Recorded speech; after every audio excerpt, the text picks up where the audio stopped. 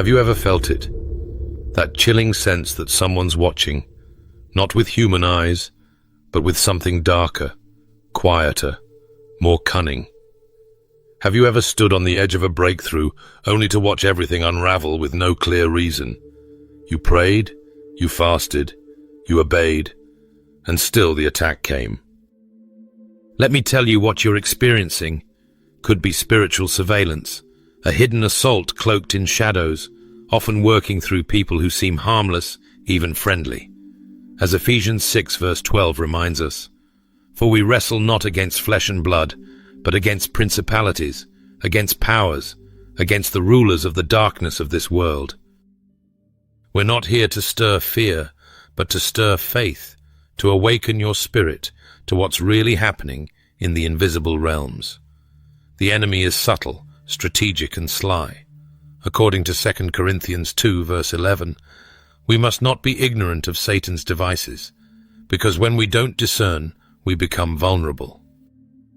In this message, I want to walk with you eye to eye, heart to heart, and expose 7 hidden signs that a witch or a spirit working through someone may be secretly monitoring your life.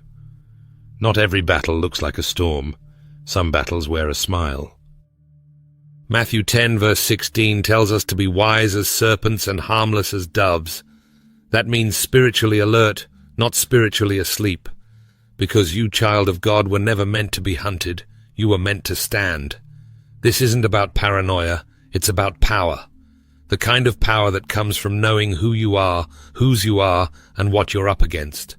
Stay with me, because what we're about to reveal could shift your entire spiritual walk. 1. Private plans keep getting public.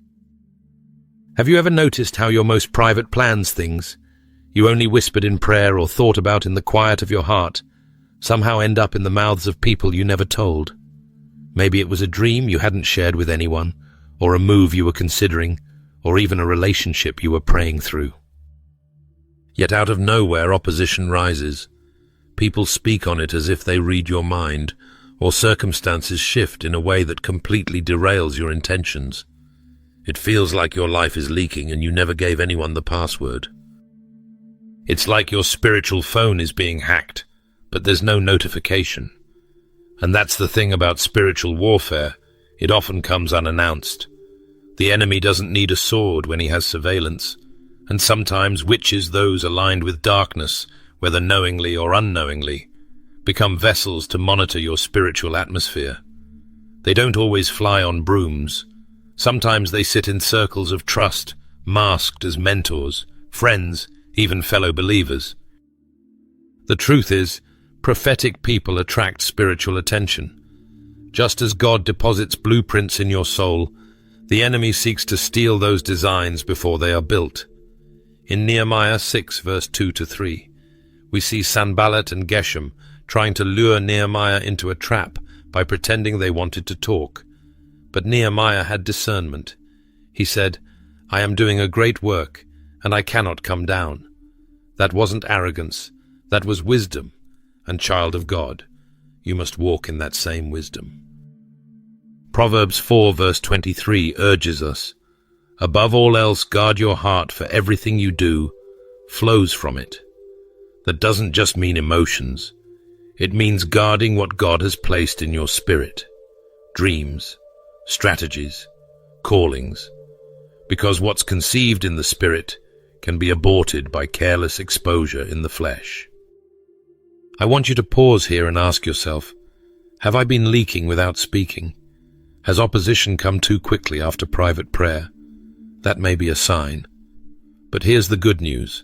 The Holy Spirit is your divine firewall. What he conceals, no witch can steal. What he protects, no darkness can detect unless we open the door. So close the spiritual doors. Seal your revelations in prayer. Don't announce what God is still anointing.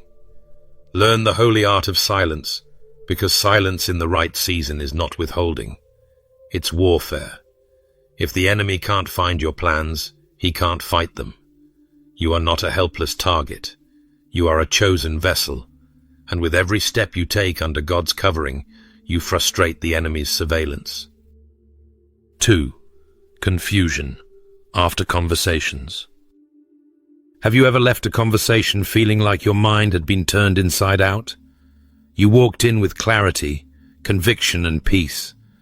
But after talking to someone suddenly, you're doubting what you once knew. God said, your thoughts become scrambled, your emotions unsettled, and your spiritual momentum stalls.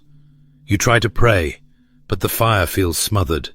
You try to move forward, but fog settles in. My friend, that's not just a bad conversation. That may be the ministry of distraction working against your divine clarity. Some people don't need spells. They use their words. The enemy has agents who specialize in sowing confusion. And often they come cloaked as concerned friends, wise advisors, or simply well-meaning voices that seem harmless.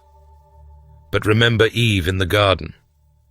Did God really say, Genesis 3 verse 1, that one question carried a seed of doubt powerful enough to disrupt all of creation? The same strategy is still being used today.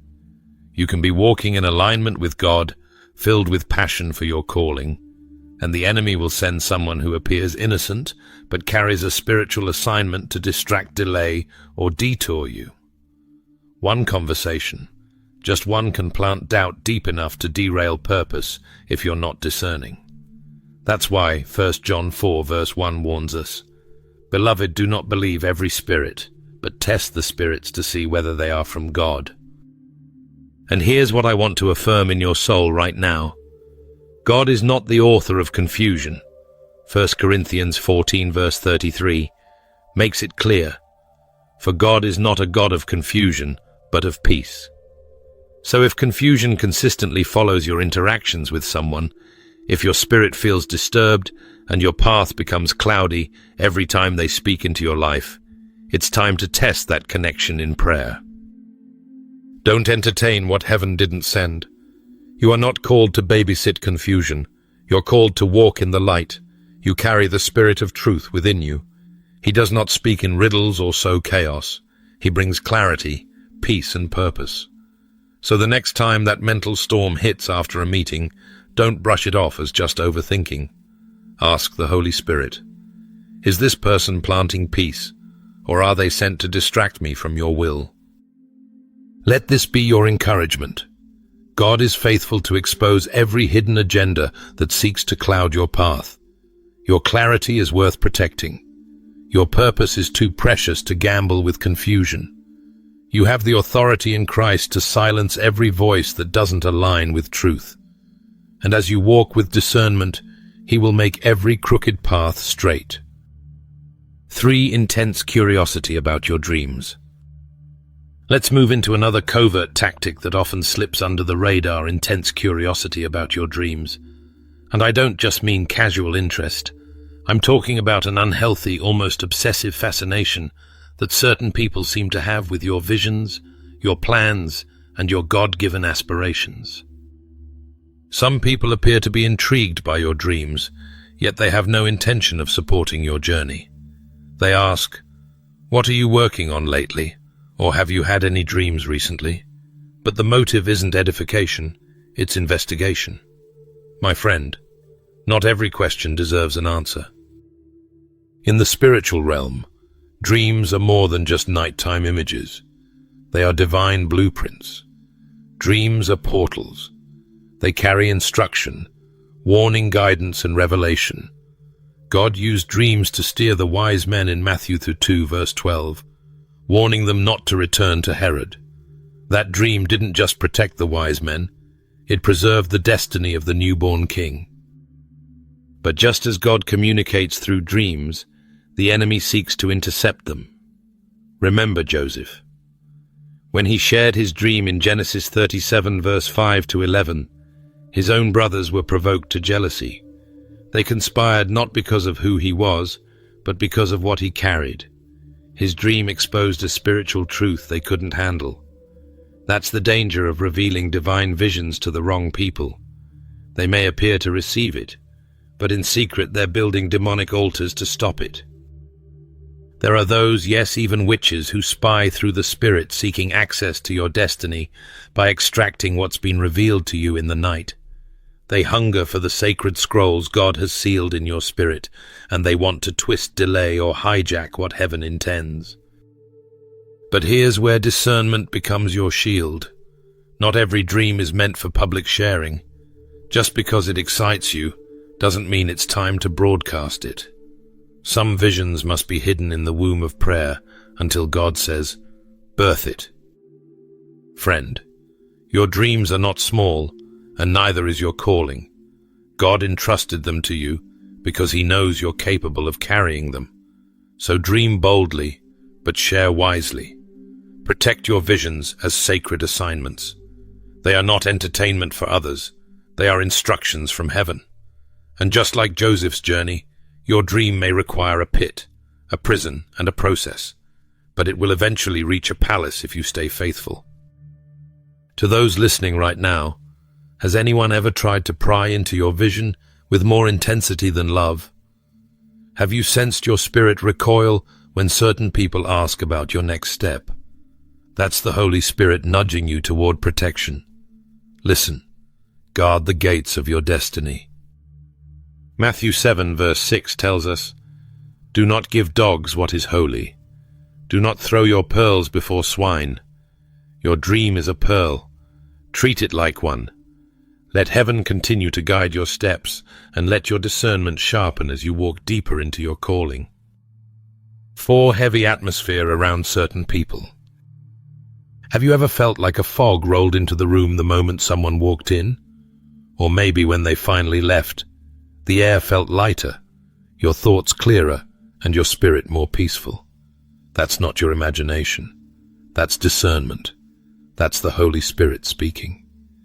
In the physical realm, we can sense when a storm is coming by the barometric pressure dropping. It's not visible, but it changes the atmosphere, and you feel it in your bones. In the same way, spiritually, we often sense when something is off, even if we can't put it into words. That's because spirits carry presence, just as the Holy Spirit carries peace, conviction, and clarity. Unclean spirits carry tension, confusion, and heaviness. This is what I call the ministry of atmosphere. It's subtle, but it's real. The Apostle Paul encountered this in Acts 16, verse 16 to 18. A slave girl followed them around shouting truth, yet Paul discerned that what was behind her wasn't of God. She said, "These men are servants of the Most High God," which was technically correct, but the spirit behind her words was not the Holy Spirit. And Paul, deeply grieved, turned around and cast that spirit out. That's spiritual sensitivity. He didn't override the nudge, he responded with authority. Let me speak directly to you. If you've ever felt off around certain people, that doesn't make you too emotional or overly sensitive. 2 Corinthians 2 verse 15 to 16 says, "We are the fragrance of Christ." That means we both carry and react to spiritual smells. What you're sensing isn't about personality clashes. It's a conflict of kingdoms. Light and darkness don't mingle without tension. So when your spirit reacts to someone's presence, listen. You're not being rude, you're being spiritually alert. So many of us have been trained to be polite at the expense of being protected, but social politeness should never override spiritual discernment. God didn't give you that inner alarm just to ignore it. He placed the Holy Spirit inside you as a divine compass. So when the room feels heavy, when your thoughts get clouded, or when your peace gets disrupted, take notice. Ask the Holy Spirit to show you what's going on beneath the surface. You are not imagining things. You are spiritually aware. That awareness is a gift, a defense system built by heaven to help you navigate spiritual warfare in everyday life. Don't suppress it. Steward it. You carry the presence of the living God, and that presence will always alert you when something or someone is trying to invade your peace. 5. Physical affliction after encounters. You were fine. Your body felt strong. Your spirit was steady. But then came a hug, a handshake, or even the passing of a gift, and suddenly everything changed. You left that moment and found yourself unusually exhausted, battling sickness, or facing anxiety that seemed to come out of nowhere. My friend, this isn't coincidence. This is the sign when touch transmits trouble. Think of the chilling moment in Scripture when Judas betrayed Jesus. He didn't do it with a sword or a shout, but with a kiss. A kiss. The very act meant to convey love and loyalty became the method of betrayal. That's not just a historical moment, it's a spiritual principle. Not every touch is innocent. Not every physical gesture is what it appears to be. Some hands carry hidden intentions. Some embraces are spiritual rituals disguised as affection.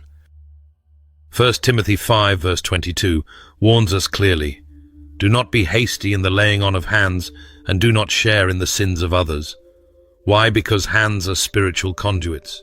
Just as in Mark 5 verse 30, when Jesus felt power, virtue leave his body as the woman with the issue of blood touched him. There's a principle of spiritual transfer. Power can flow, anointing can move, but so can contamination, so can curses, so can oppression. Let me ask you, have you ever walked away from someone's touch and felt drained instead of strengthened? That's not just your emotions. That can be the result of a spiritual exchange. Witches, spiritual manipulators, and those operating in dark power often use physical contact as a point of access, because when you open the door of trust, they take the opportunity to transfer torment. But it's not just hands. Words can carry spiritual weight. Gifts can come wrapped in curses. Just as we anoint with oil as a holy symbol, the enemy mimics with polluted gestures meant to break your protection. That's why discernment must rule over politeness again and again. We must not fear offending people when it comes to protecting what God has placed inside of us. But hear this truth. Jesus is still the healer. There is nothing that has touched your body or your spirit that his blood cannot cleanse.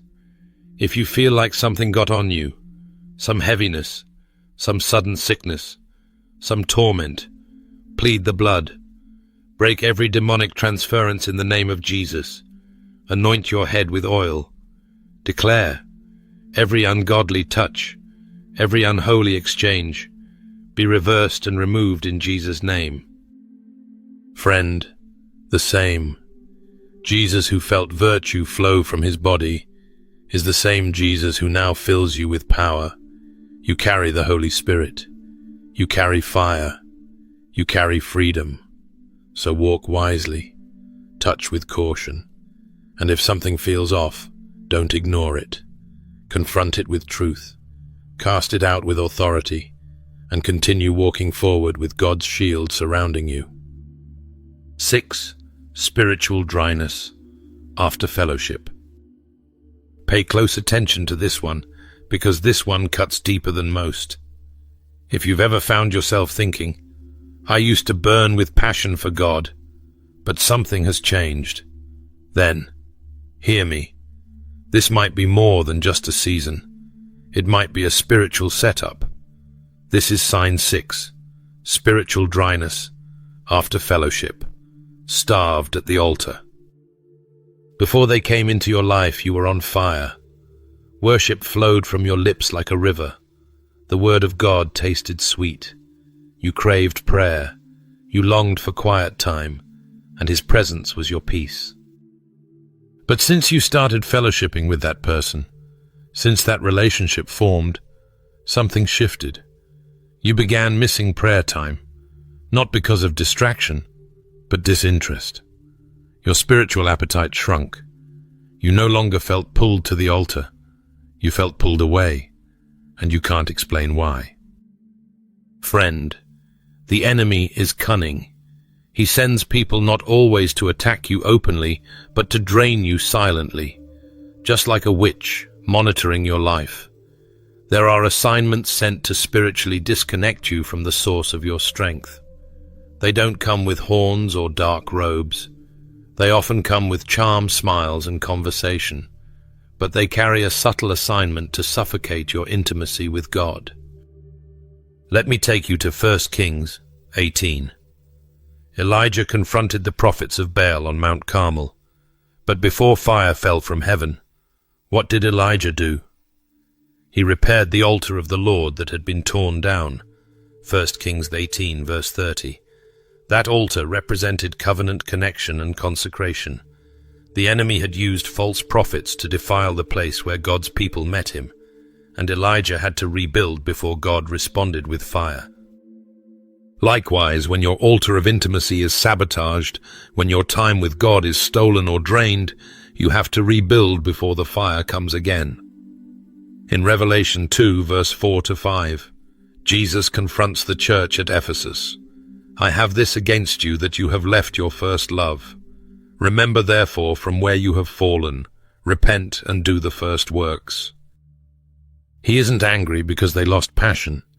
He's calling them back to it. He's saying, come back to the place where we first met.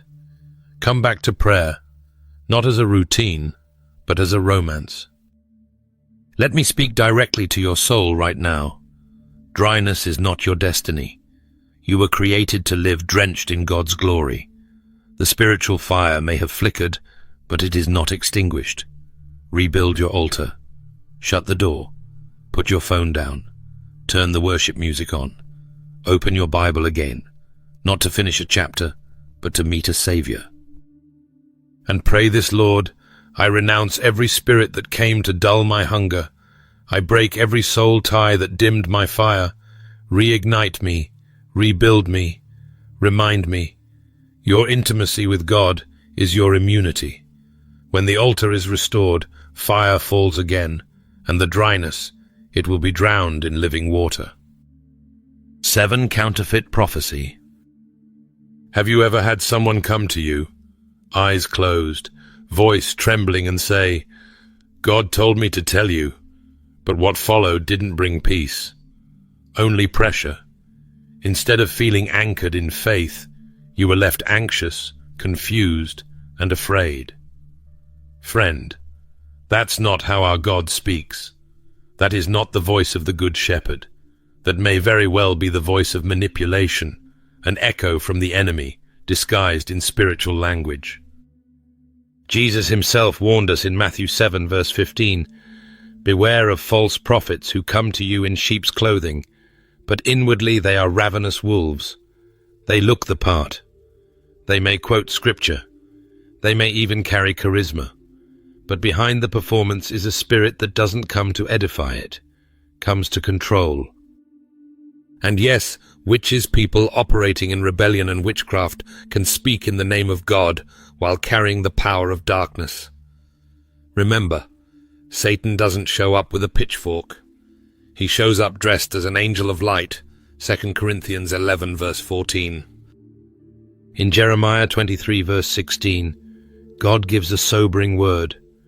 Do not listen to what the prophets are prophesying to you. They fill you with false hopes. They speak visions from their own minds, not from the mouth of the Lord.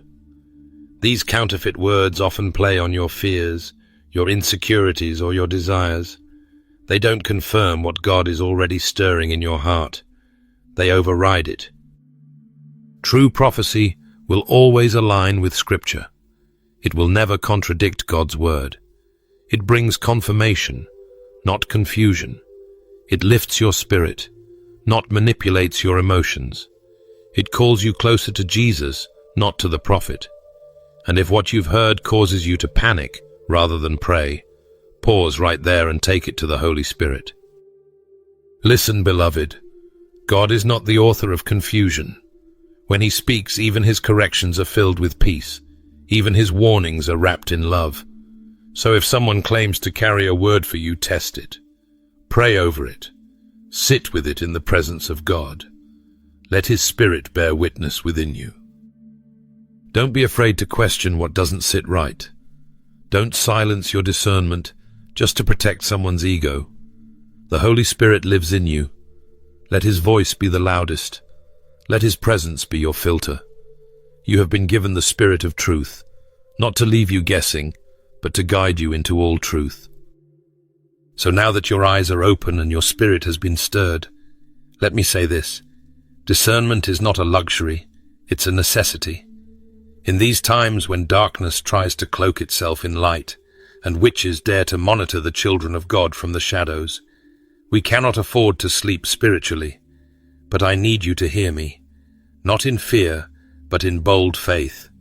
You are not alone, and you are not powerless. Take heart, we fight from victory. No weapon formed against you shall prosper, says Isaiah 54, verse 17. That means not a single hex, curse, or monitoring spirit can override the covering of the blood of Jesus Christ. And here's what I declare over you right now in the name of Jesus. You are more than a conqueror through him who loves you. Your purpose will not be delayed, your destiny will not be hijacked, and your intimacy with God will only grow deeper. Stay anchored, stay aware, stay on fire. Because when we walk closely with Jesus, every witch's assignment is cancelled before it begins. Before we close this message, I want to invite you, wherever you are, however you feel, to pause with me and enter a moment of fervent, heartfelt prayer.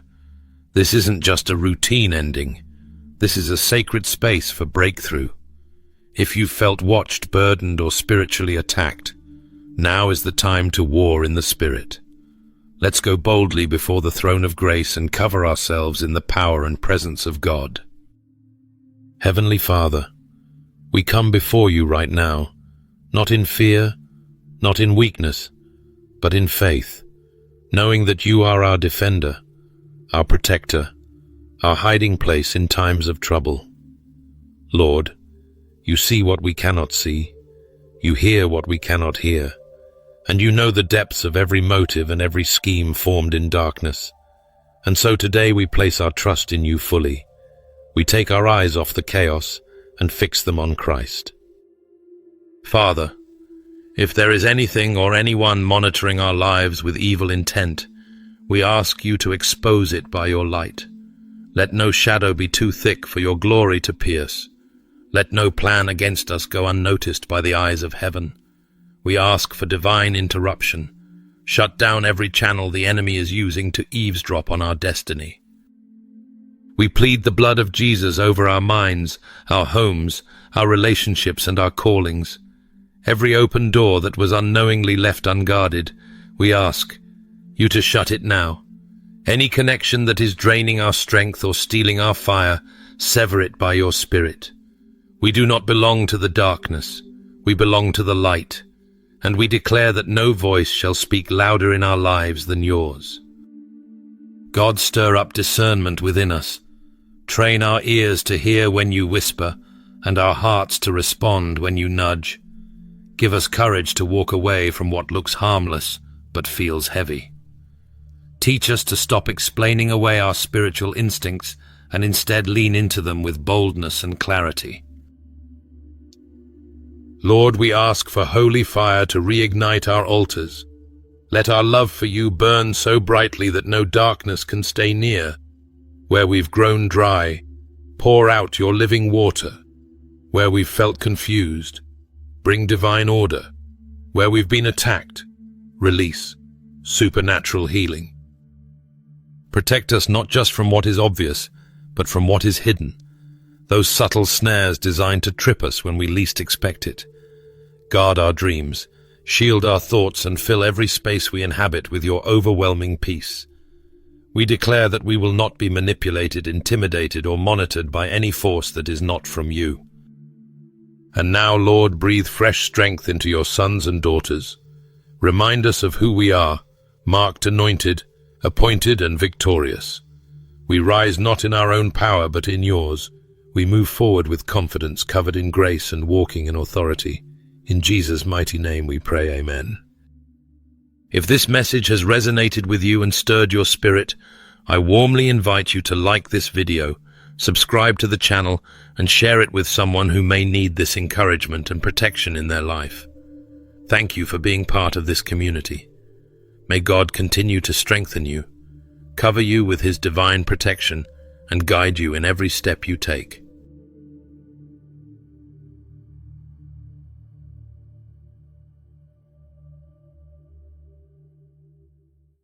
Have you ever been caught off guard by a compliment that you look much younger than your age?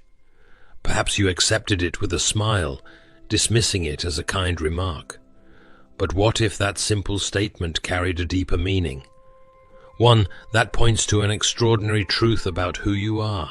What if your youthful appearance wasn't just genetics, skincare, or lifestyle, but an outward reflection of something profound and eternal within you? C.S. Lewis once wrote, "You don't have a soul. You are a soul. You are a soul. You have a body." This perspective reframes how we view our physical existence, suggesting that the essence of who we are, our soul, can influence even our outward appearance. Today, we invite you on a transformative journey to uncover the spiritual mystery behind your youthful glow. This isn't just about looking young. It's about unlocking the secret connection between your inner essence and the forces that shape your life. Could it be that the energy you exude and the harmony you embody are the real reasons you defy time itself? As we dive deeper, we'll explore 8 spiritual revelations that influence not only your physical appearance, but your entire being. Each revelation uncovers a hidden truth about the power you hold within, an energy that may be protecting you from the harshness of time and negativity, allowing you to live with vitality and purpose. The first reason you may look younger is because you may be an old soul. What is an old soul? It's someone who carries the wisdom of countless lifetimes, a reservoir of spiritual experiences and teachings that shape their perspective on the world. This depth of understanding doesn't just reside in the mind. It radiates outward, transforming how they interact with life itself. Old souls have an unparalleled ability to remain calm in chaos, choosing serenity over anger and forgiveness over resentment. This balance creates an invisible yet powerful shield against the destructive emotions that drain others. Over time, this inner tranquility manifests physically, preserving their youth and vitality. It's as though their spirit whispers to time, "You cannot touch me," and time obeys. C.S. Lewis insightfully said, "Humility is not thinking less of yourself, but thinking of yourself less." This humility, often characteristic of old souls, fosters inner harmony that shields against the aging effects of stress and negativity. But being an old soul is just one part of the equation. As we move forward, you'll discover that your connection to universal forces runs even deeper. Have you ever felt a vibrant energy coursing through you, one that seems to brighten not only your day, but the lives of those around you? This energy isn't random. It's the result of your alignment with something much greater. Your youthful glow could stem from this alignment as your body reflects the harmony you've cultivated in your soul. This energy acts like a beacon, attracting positivity and shielding you from the toxic forces of the world. It's not just about looking young. It's about embodying a vitality that others can feel, as though your very presence brings light into the darkest spaces. Youthfulness often stems from harmony, not just within yourself, but with the world around you. When you are in tune with nature, people, and the universe, you radiate a kind of peace that can't be faked. C.S. Lewis once described how joy is the serious business of heaven, suggesting that the joy and peace we cultivate here on earth mirror the eternal vitality of our spiritual selves. This harmony keeps you grounded, alleviating the stresses that so often leave their mark on the body and mind. Imagine carrying the rhythm of the universe within you, moving effortlessly through life's challenges with grace and resilience.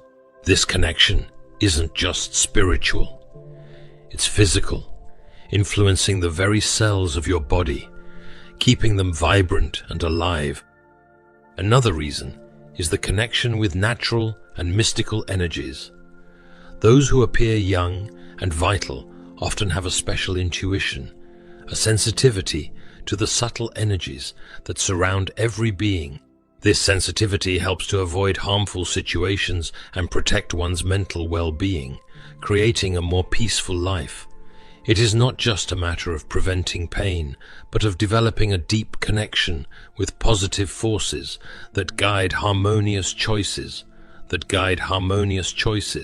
People with this connection feel a sense of belonging to nature and the universe, finding serenity in every environment and nourishing themselves with the energy they perceive around them.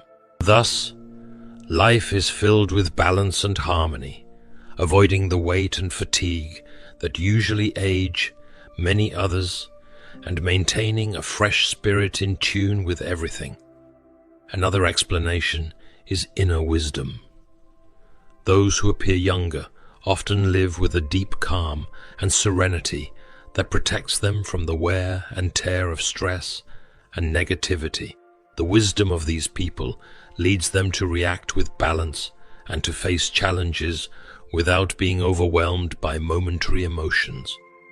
Instead of dwelling on superficial concerns, they choose to cultivate a broader and more peaceful vision of life, understanding that every experience has its purpose. This state of peace is reflected not only in their life, but also in their face, making visible a youth that comes from a serene and stable spirit. Their gaze is often bright and full of understanding, while their features show a calm beauty that only those who live in harmony with themselves can radiate. Having a positive and optimistic spirit is another fundamental key. Those who look at the world with hope and always seek the positive side are able to live with enthusiasm and joy. This attitude helps to overcome obstacles with lightness, without weighing down the soul with worries or fears. This bright vision is reflected in the body, giving an aura of freshness and vitality. Every smile and every positive gesture contribute to rejuvenating not only the heart, but also the external appearance, making these people more pleasant and serene. A joyful soul, in fact, radiates positive energy that seems to slow down the passage of time, making the face express a natural and ageless beauty. The eighth aspect concerns what we might call the energy of the chosen one, a unique quality that manifests in people with a special mission in life. These individuals carry within themselves a precious gift, such as the ability to heal, inspire, or instill hope. It is as if their presence were a source of light for those around them, giving serenity and comfort even in the most difficult moments. Living with this high purpose requires them to keep their body and spirit in tune, and it is precisely this harmony that creates a profound balance that preserves them from the effects of aging. The energy of the chosen ones pushes them to give of themselves with love and compassion, qualities that, more than any other, seem to protect their vitality. Their very essence emanates strength and youth, and those who meet them feel a sense of lightness and positivity that transcends age. When a soul lives in alignment with its purpose and remains in harmony with the universe, it nurtures an inner vitality that defies the passage of time. The glow of such a soul is unmistakable, emanating from within and manifesting as a youthful appearance and a vibrant presence. It's as though this energy whispers to the world that beauty, resilience, and serenity are rooted in something far greater than the surface. Cultivating this inner light, keeping your spirit pure, radiant, and balanced, is akin to tending to an eternal fountain of youth. This is not a gift that simply appears. It is a treasure we can consciously nurture through kindness, understanding, and living in harmony with ourselves and the world. Imagine a life not only measured by its length, but enriched with joy, fulfillment, and peace. That is the true essence of youthfulness. A soul that remains untouched by negativity, radiating positivity and strength. Have you ever paused to wonder why you look younger than your age? Could it be that beneath your physical appearance lies a profound spiritual connection, one that fuels your vitality and shapes the way others perceive you?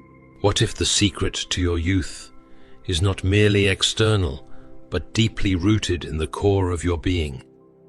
We hope this exploration has sparked inspiration within you and encouraged you to recognize the extraordinary potential that lies within. If this content has spoken to your heart and mind, consider sharing it with someone who could benefit from discovering their own hidden light. C.S. Lewis also reminds us, friendship is born at that moment when one person says to another, "What, you too? I thought I was the only one." Sharing these insights may help others feel seen, understood, and empowered to unlock their own spiritual energy. Thank you for joining us on this journey of discovery and reflection. Your presence enriches this shared exploration, and we look forward to continuing it with you. Until next time, may your spirit remain bright, your energy abundant, and your path illuminated by the power within.